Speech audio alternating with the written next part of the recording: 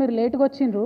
నేను అదే చెప్పిన, ముఖ్యమంత్రి గారు మన రాష్ట్ర భవిష్యత్తును తాకట్టు పెట్టే విధంగా, రాష్ట్ర గౌరవాన్ని కించపరిచే విధంగా క్షేత్రస్థాయిలో ఉండేటటువంటి వ్యక్తులు కూడా మాట్లాడనటువంటి భాషలో మాట్లాడుతూ ఉన్నారు.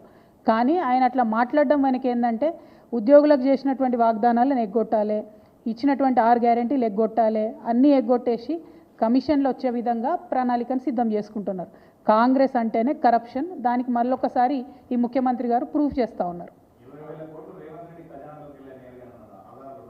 100% మీరు వాళ్ళని ఇవ్వమనండి, ప్రభుత్వాన్ని శ్వేతపత్రం ఇవ్వమనండి. అసలు కాంట్రాక్టర్లకు ఎంత పేమెంట్ చేసిరు అడగమనండి.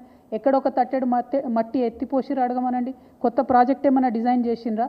కొత్త ప్రాజెక్టులు అంత వర్క్ అయిపోయిందా? మీరు 1,00,000 కోట్ల బిల్లు ఇచ్చేంత వరకు మీరు 16 నెలల్లో చేయగలిగినరా? అది సాధ్యమవుతుందా ఫిజికల్గా? ఒకసారి పత్రికా మిత్రులు కూడా దయచేసి ఇన్వెస్టిగేట్ చేయమని నేను మిమ్మల్ని కూడా అడుగుతున్నా. నా దగ్గర ఆధారాలు ఉన్నాయి కాబట్టి నేను ఆరోపణ చేసిన. నేను చేసిన ఆరోపణ తప్పైతే వాళ్ళని శ్వేతపత్రం ఇవ్వమనండి, ప్రూవ్ చేసుకోమనండి.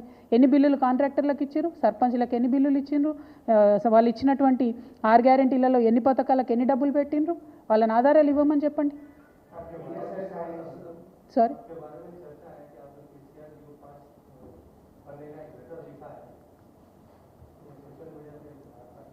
नहीं, मेरे बारे में तो चर्चा बहुत होता जी, ये आज नई बात नहीं है. बहुत सालों से चर्चा चलता मेरे बारे में. నా గురించి రకరకాల కథనాలు వస్తూనే ఉంటాయి, రకరకాల ఆరోపణలు కుట్రలు అని చెప్పి సోషల్ మీడియా అంతా బాగా నా మీద ప్రేమ అభిమానాన్ని ప్రదర్శిస్తుంటారు. నేను రిక్వెస్ట్ చేసేది ఒకటే, ఇవన్నీ ఎవరు చేస్తున్నారు ఏందో అన్నీ తెలుసు నాకు, కానీ సమయం సందర్భం వచ్చినప్పుడు మాట్లాడతాం. ఇట్లాంటి అంశాలను పెద్దగా ప్రాధాన్యత ఇచ్చి మాట్లాడాల్సినటువంటి అవసరం ఇప్పుడు లేదని చెప్పి నేను భావిస్తూ ఉన్నాను.